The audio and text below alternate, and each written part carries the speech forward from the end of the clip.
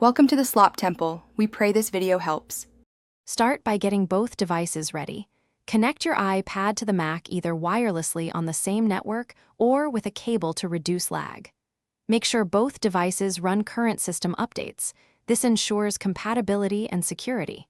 Sign into the same Apple ID and turn on Bluetooth and Wi-Fi. These let the Mac discover the iPad.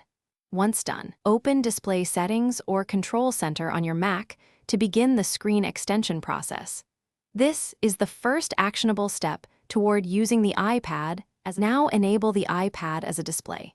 Click the AirPlay icon or go to System Settings Displays and choose your iPad from the list. Select Extend Display to treat it as a second monitor. Pick Sidecar if you need Apple Pencil input and touch gestures.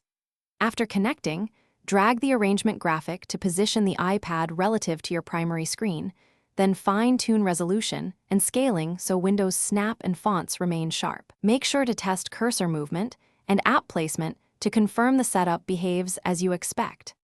Finish by moving frequently used apps to the iPad and locking its orientation if needed. This makes the iPad feel like a permanent second monitor. If you notice lag, switch to a wired USB connection to cut latency or reselect AirPlay to re-establish a wireless link. If it fails to connect, restart both devices, confirm the same Apple ID is active, and toggle Bluetooth and Wi-Fi. One key troubleshooting tip: force quit the display or sidecar process and reconnect. That often clears persistent discovery or streaming glitches. Thanks for watching. Consider subscribing if we helped you.